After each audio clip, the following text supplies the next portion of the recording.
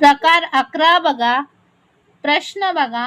एक कपाट 20% नफ्याने विकण्याऐवजी 25% तोट्याने विकले तर 450 रुपये कमी मिळतात, तर कपाटाची खरेदी किंमत किती?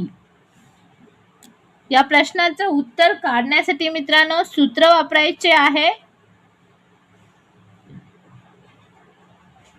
इथे पैसे कमी मिळतात म्हणून कमी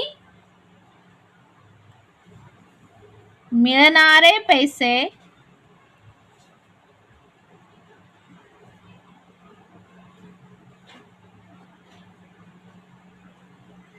गुणिले 100 भागिले बघा 20% नफा आणि 25% तोटा, म्हणून नफा आणि तोटा यांची काय करायची आहे? बेरीज करायची आहे. नफा अधिक तोटा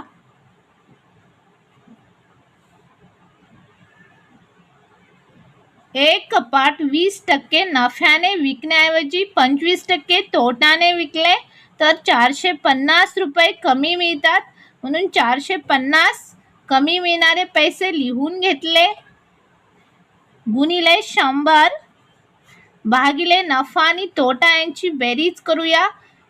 20 आणि 25 किती होईल? 45. त्यानंतर आपण भाग देऊया. 45 एक्के 45, 45 एक्के 45, 45 झिरो झिरो,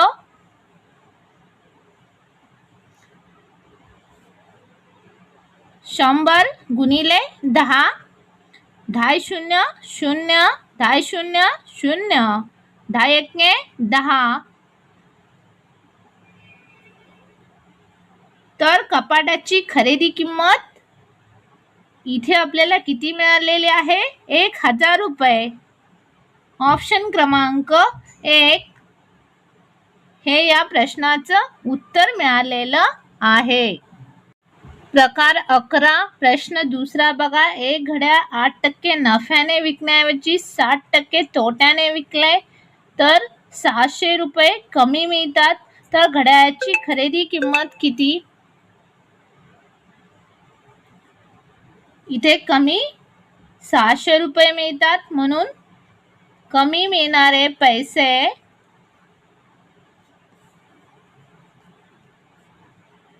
खरेदी किंमत बरोबर कमी मिळणारे पैसे गुणिले 100 भागिले नफा आणि तोटा यांची बेरीज करायची आहे. नफा अधिक तोटा.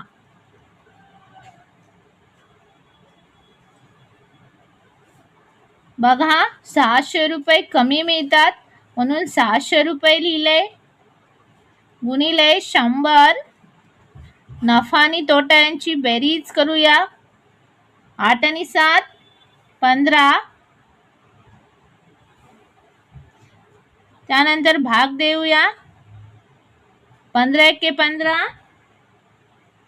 15 चौक 60, 15 शून्य शून्य, 4 एक्के 4 आणि हे 3 शून्य आहे असे लिहिले. तर त्या घड्याळाची खरेदी किंमत इथे आपल्याला 4000 रुपये मिळालेली आहे. प्रकार 12 उदाहरण. एका वस्तूच्या छापील किमतीवर 16% सूट देऊनही एक दुकानदार 20% नफा मिळवतो, जर त्या वस्तूची खरेदी किंमत 3500 रुपये असल्यास तिची छापील किंमत किती? मित्रांनो, छापील किंमत खरेदी किमतीपेक्षा मोठी असते. इथे आपल्याला छापील किंमत काढायची आहे. सूत्र बघा.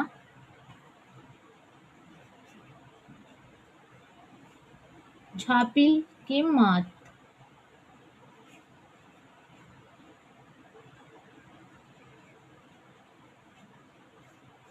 बरोबर खरेदी किंमत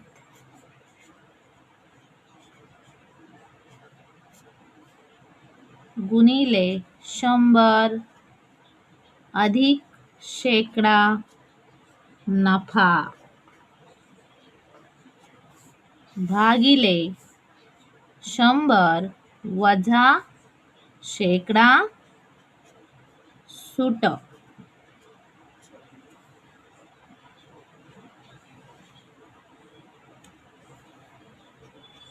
उदाहरणामध्ये खरेदी किंमत दिलेली आहे.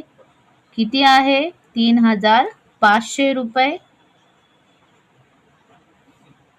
गुणिले 100 अधिक शेकडा नफा किती आहे? 20% भागिले 100 वजा सूट किती दिलेली आहे? 16.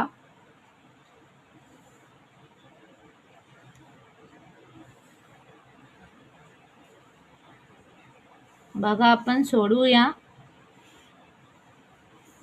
हे 35,000 आहे असं लिहिले.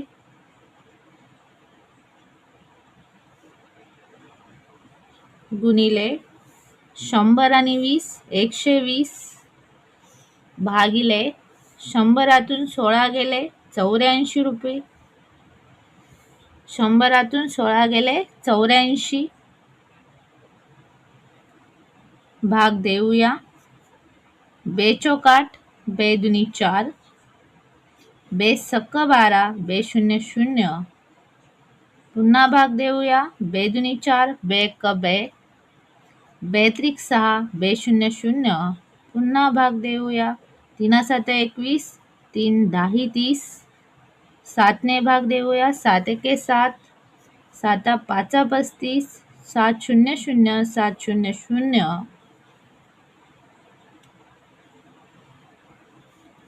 बघा उत्तर आले 250 बघा 5 1 5 आणि हे 3 0 1 2 3 3 0 आहे असे लिहिले. म्हणून या प्रश्नाचं उत्तर आलेलं आहे 5,000 रुपये. ऑप्शन क्रमांक 3.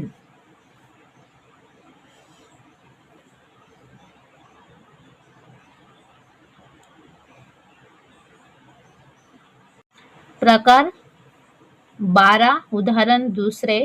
एका धुलाई यंत्राच्या छापील किमतीवर शेकडा 10% सूट देऊनही एक दुकानदार शेकडा 20% नफा कमवितो. जर त्या धुलाई यंत्राची खरेदीची किंमत 3,000 रुपये असल्यास तिची छापील किंमत किती?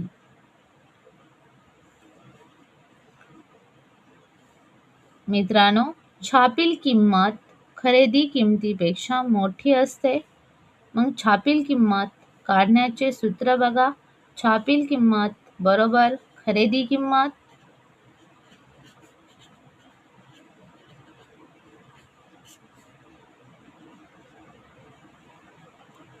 गुणिले 100 अधिक शेकडा नफा भागिले 100 वजा शेकडा सूट. खरेदीची किंमत धुलाई यंत्राची खरेदीची किंमत 3,000 गुणिले 100 अधिक शेकडा नफा 20 भागिले 100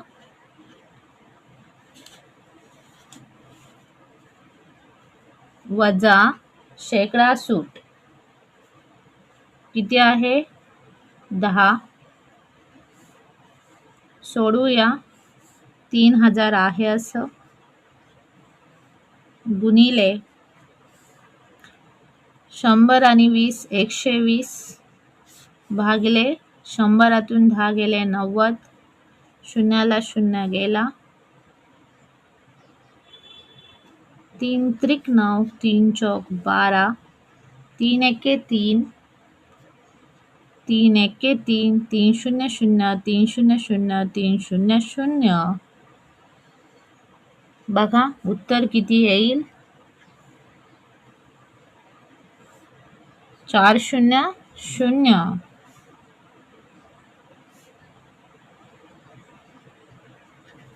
400, 400, 4 एके 4.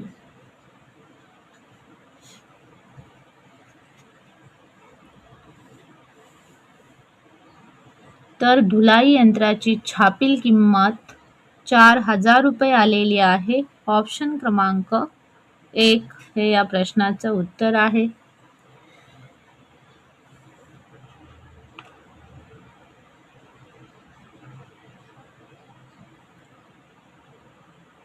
प्रकार 13वा बघा. एका धुलाई यंत्राच्या छापील किमतीवर 15% सूट देऊनही एका विक्रेता 20% नफा मिळवतो.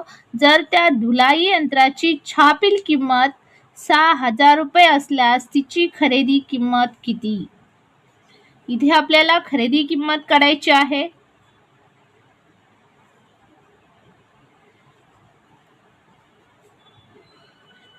सूत्र वापरायचं आहे. छापील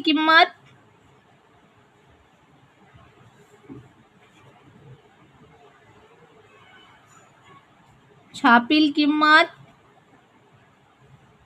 गुणिले 100 वजा शेकडा सूट भागिले 100 अधिक शेकडा नफा.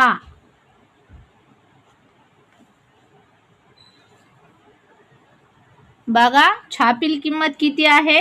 6000 रुपये गुणिले 100 वजा शेकडा सूट किती दिलेली आहे? 15% भागिले 100 अधिक शेकडा नफा किती झालेला आहे? 20%.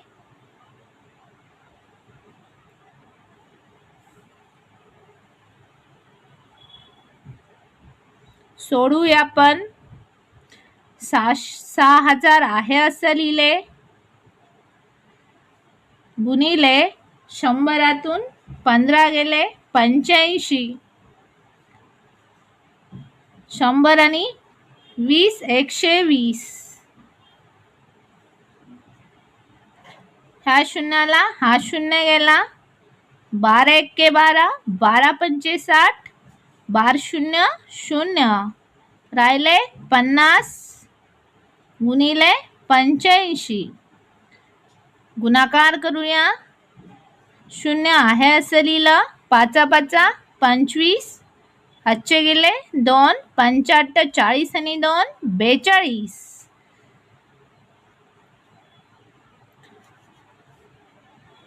तर त्या धुलाई यंत्राची खरेदी किंमत इथं आपल्याला मिळालेली आहे 4250. ऑप्शन क्रमांक 1.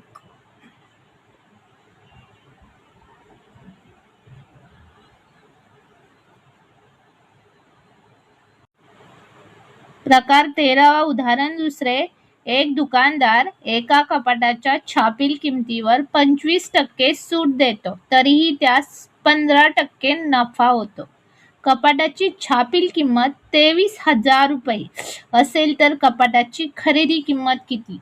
इथे आपल्याला खरेदी किंमत काढायची आहे. बघा सूत्र वापरायचंय. छापील किंमत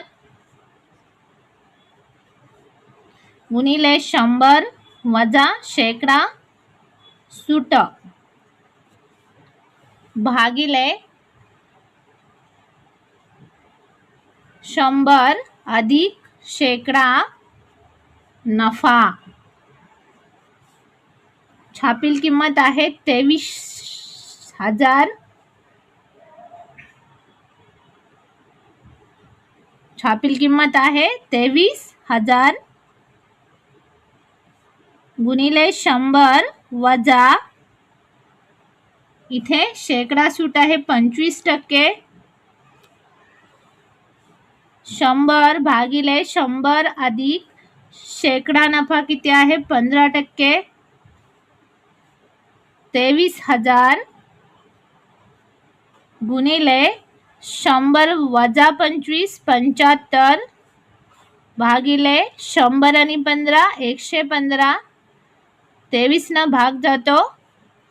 23 एक्के 23, 23 0 0, 23 0 0, 23 0 0, 23 5 115, 5 एक्के 5, 5 एक्के 5, 5 5 25, 15 एक्के 15, 15 एक्के 15 आणि ते 3 शून्य आहे असं लिहिले.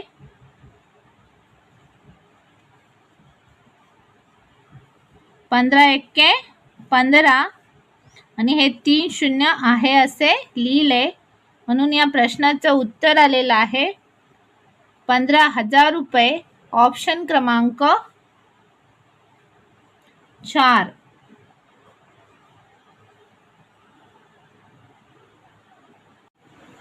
प्रकार 14. उदाहरण बघा. 20 पुस्तकांची विक्रीची किंमत ही 23 पुस्तकांच्या खरेदी किमती एवढी आहे, तर व्यवहारात शेकडा नफा अथवा तोटा किती? खरेदी केलेत किती? 23 पुस्तके. विकलेत किती? 20 पुस्तके. तर मी फोकस माझा विक्रीवर करायला पाहिजे. म्हणून मित्रांनो 20 पुस्तके विकून 3 नफा आहे, तर 100वर किती?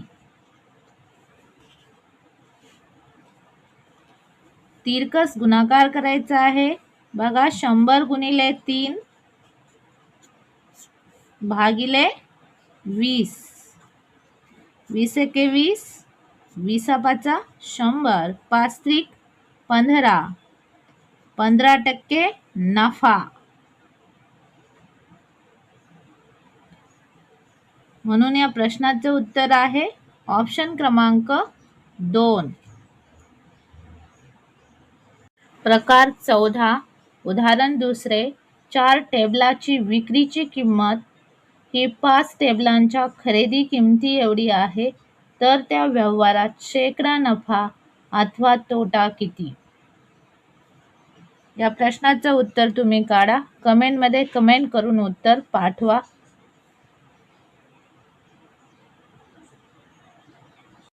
प्रकार 15 बघा. एका विक्रेत्याने 2 घड्याळे प्रत्येकी 720 रुपयास विकली, तेव्हा एकात शेकडा 20 नफा झाला तर दुसऱ्यात शेकडा 20 तोटा झाला, तर त्या व्यवहारात शेकडा नफा अथवा तोटा किती झाला? मित्रांनो, जेव्हा दिलेल्या उदाहरणात नफा आणि तोटा यांची टक्केवारी सारखी असेल तर तिथे काय होतो? तोटाच होतो.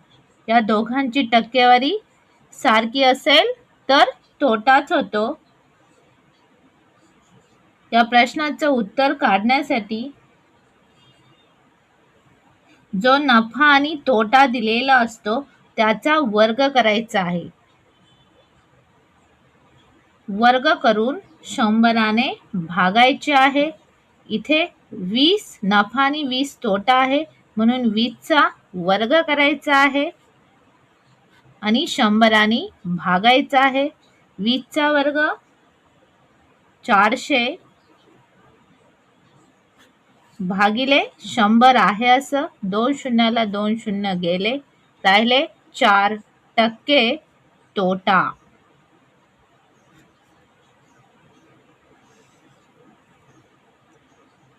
बघा, जेव्हा नफा आणि तोटा यांची टक्केवारी सारखी असते तेव्हा व्यवहारात तोटाच होतो. म्हणून या प्रश्नाचं उत्तर आलेलं आहे 4% तोटा, ऑप्शन क्रमांक 1.